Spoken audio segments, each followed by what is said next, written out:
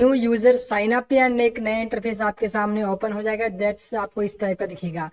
ये आपका new user sign up है, तो आपको यहाँ से साइन अप करना है। साइन अप क्या होगा, तो इसमें साइन अप करने में बिल्कुल भी गलती मत कीजिए, बिकॉज आपका एक बार अकाउंट क्रिएट हो जाता है तो उसके बाद आप नए अकाउंट क्रिएट नहीं कर पाओगे।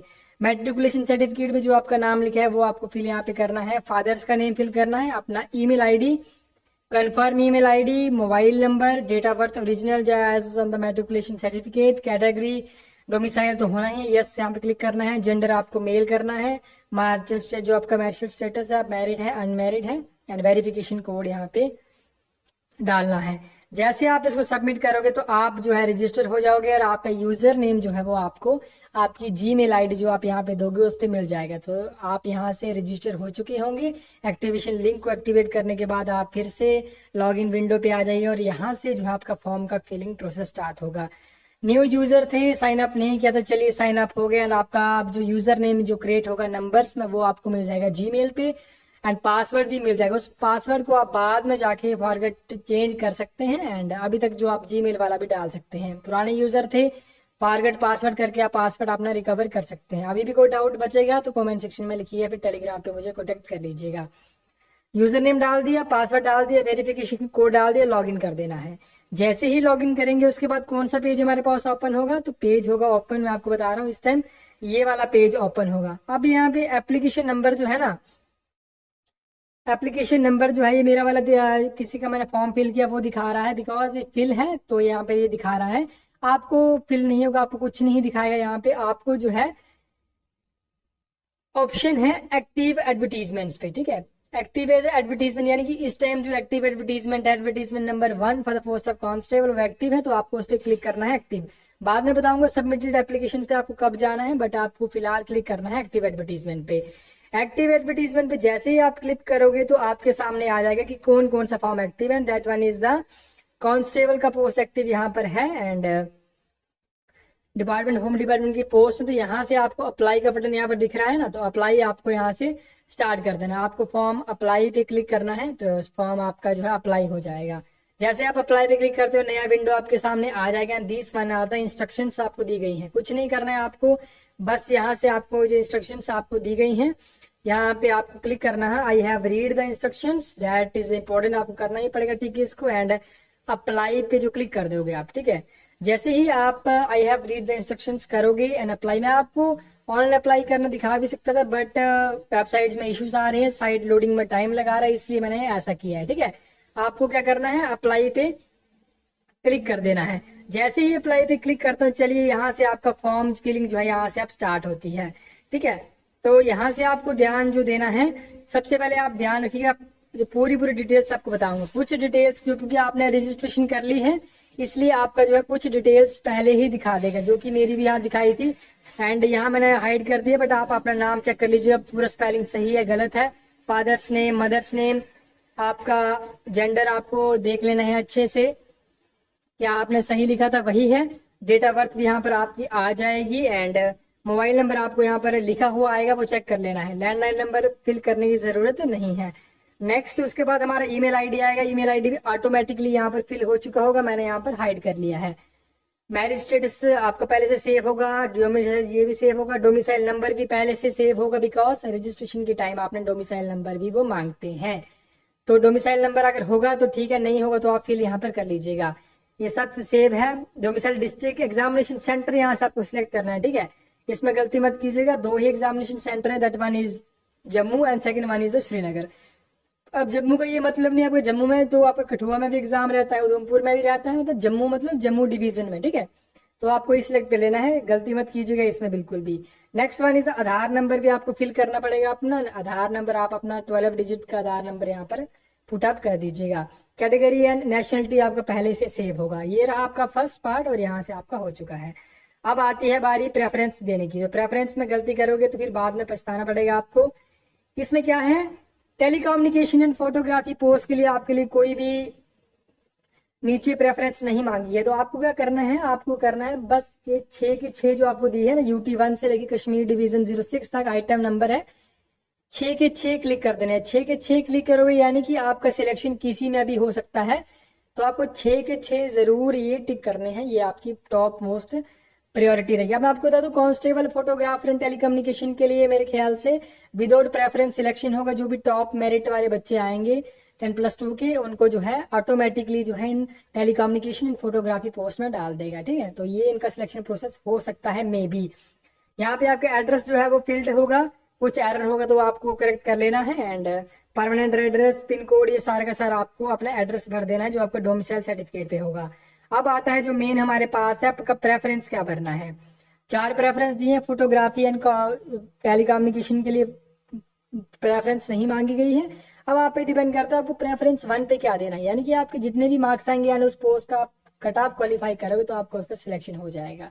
लाइकली जैसे आपका constable, executive police Jammu division है, कश्मीर डिवीजन है, नेक्स्ट IRPs है एंड SDRF है। एंड मेरी मानो तो आपको सबसे पहले आपको भरना, अगर आप जम्मू से हैं तो कांस्टेबल एग्जीक्यूटिव जम्मू भरना है, अगर कश्मीर से हैं तो कांस्टेबल एग्जीक्यूटिव आपको कश्मीर भरना है। उसके बाद आप भर सकते हो कांस्टेबल SDRF, लास्ट में आप भर सकते हो कांस्टेबल आर्म्ड IRP भर सकते हो। बाकी आप पे डिपेंड करता है। Are you specially abled, no आपका हो जाएगा। ये सारी की सारी डिटेल्स आपकी पहले से फिल हो चुकी होंगी। आपको जो यहाँ पर करना है ये है आपका, do you possess the required physical standards provided that the candidates belong. अगर आप गोरखा कम्युनिटी से बिलोंग करते हैं, फिर बॉट ट्राइब से, तो आपको इस पे टिक कर देना है। अगर नहीं करते हो तो कुछ भी नहीं आपको इसको करना है, ठीक है। And next one is the whether any FIR has been launched against, no, ये सारा कुछ नो आपका होगा, बिकॉज आपने जब रजिस्टर करोगे तब ये सारे डिटेल्स आपसे मांग ली जाएंगी। अब चलते हैं, चलिए आपका मार्क्स पे। तो मार्क्स में आपको बता दो, आपको 10th का, अगर आपने 12th की है तो 12th के भी भरने हैं, एंड 10th की है तो 10th के भरने हैं आपको, ठीक है। बिकॉज मैंने JKSS फॉर्म्स पहले भरे हैं, दैट्स वाई मेरा 10th एंड 12th यहाँ पर शो कर रहा है। ये आपको मैट्रिक भर देना है। नेक्स्ट में 12th प्लस कोई भी जो आपका बोर्ड है, JK बोस है आपका, CBSE था, कोई भी था, ICSE CBSE कोई भी था। उसके बाद सब्जेक्ट इसमें नॉन मेडिकल 12th वाले में पूछेगा। मार्क्स ग्रेड CGPA में नहीं थे एंड ग्रेड भी आपको नहीं भरने हैं। उसका जो नेक्स्ट था वो आपको इसके आगे आपको मार्क्स शो करेगा आपके, ठीक है। ये मैंने मिस हो चुका है तो इसको मार्क्स शो करेगा कि टोटल कितने मार्क्स थे एंड आपने कितने किए हैं, वहाँ परसेंटेज ऑटोमेटिकली बता देगा। तो आपको टोटल मार्क्स लिख देने हैं कि 500 में से मेरे इतने मार्क्स आए थे। तो वो इजी है, उसमें कोई दिक्कत वाली बात नहीं, बट आपको इंश्योर करना कि आप करेक्ट डिजिट फिलअप कर रहे हैं। नेक्स्ट वन इज, इसके नीचे जो आएगा फोटोग्राफ एंड द सिग्नेचर, इस पे ध्यान देने वाली बात है। फोटोग्राफ का साइज आपका होना चाहिए, कोई PDF फॉर्मेट नहीं चाहिए आपको, JPG फॉर्मेट चाहिए, ठीक है। And size of the photograph आपको चाहिए 20 to 50 KB के बीच में, एंड सिग्नेचर का फोटोग्राफ 10 KB to 20 KB के बीच में चाहिए। ध्यान रखिएगा, फोटो का क्वालिटी अच्छा खासा होना चाहिए। एंड 20 to 50 करना है आपको तो ऑनलाइन रीसाइज इमेज में जाइएगा आप, ठीक है। ऑनलाइन रीसाइज इमेज आता है, उसमें आप जाइएगा, वहां से आपका इजिली हो जाएगा। जैसे आप फोटोग्राफ एंड सिग्नेचर अपलोड कर देते हैं तो आपके पास नेक्स्ट ऑप्शन आ जाएगा, I accept the above declaration. इसको आपको करना है, सबमिट कर देना है। सबमिट करने के बाद आपको एक प्रीव्यू का ऑप्शन भी देगा। जैसे ही आप करोगे फिर से डिटेल्स दिखाएगा आपकी सारी की सारी, एंड लास्ट में आपको फिर से सबमिट कर देना, तो आपका ये फॉर्म जो है यहाँ से सबमिट हो जाएगा। इतना प्रोसेस करने के बाद आपका नया इंटरफेस जो आएगा, देखिए यहाँ पर बताएगा एप्लीकेशन नंबर दिखा रहा है आपका, एंड यू आर सबमिट आपका दिखा रहा है कि आपका सबमिट हो चुका है ये, ठीक है। तो ये आपको ध्यान देना कि आपका यहाँ से सबमिट हो चुका है। अब आपको क्या करना है, देखिए फॉर्म फिलिंग में जो फर्स्ट वाला था वो आपका सक्सेस हो चुका है। Next one is application fee करनी है, थर्ड वन आपका प्रिंट कर लेना है। जैसे आप एप्लीकेशन फी करते हो तो आपका जो है वो सबमिट हो जाएगा फॉर्म, आप प्रिंट एप्लीकेशन कर पाओगे। अब एप्लीकेशन फीस पेंडिंग दिखा रहे थे, एप्लीकेशन फीस कैसे होगा। एप्लीकेशन फीस के लिए आपको फिर से कहाँ जाना पड़ेगा, डैशबोर्ड पे जाना पड़ेगा एंड सबमिटेड एप्लीकेशन पे क्लिक करना पड़ेगा। एंड उसके बाद मैं ले चलूँ तो आपको यहाँ पे आना है, फिर डैशबोर्ड पे वापस आना है जहाँ से हमने फॉर्म का स्टार्ट किया था। तो यहाँ पे आपको जैसे ही यहाँ पे आओगे आपको क्लिक करना है सबमिटेड एप्लीकेशंस पे। सबमिटेड एप्लीकेशंस पे जैसे ही क्लिक करोगे तो आपके पास ये एप्लीकेशन आ जाएगा आपका वाला, ये था आपका सबमिटेड एप्लीकेशंस में, ठीक है। ध्यान दीजिए, जैसे आप इस पेज पे आओगे फिर से, बिकॉज आप सबसे पहले एक्टिव एडवर्टीजमेंट गए थे, वहां आपने फॉर्म अप्लाई किया, अब हम आ चुके हैं सबमिटेड एप्लीकेशंस पे।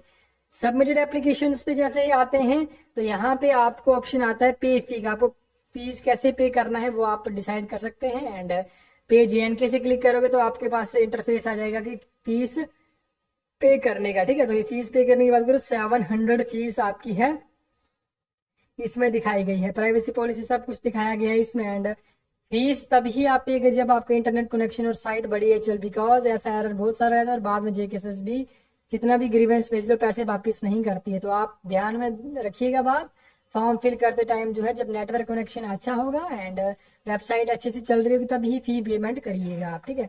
जैसे आई रीड द इंस्ट्रक्शन करेंगे, प्रोसीड फॉर पेमेंट करेंगे, पेमेंट का ऑप्शन आएगा एंड पेमेंट जैसे ही करोगे तो आपका फॉर्म यहाँ पर पेमेंट के लिए जाएगा और आप पेमेंट वहां से इजिली कर पाओगे जैसे आपको करना है, ठीक है। फी पेमेंट के बाद आपको फिर से यहाँ पर आना, जो से हमें एक्टिव एडवर्टीजमेंट में आना है, सबमिटेड एप्लीकेशन में आना है।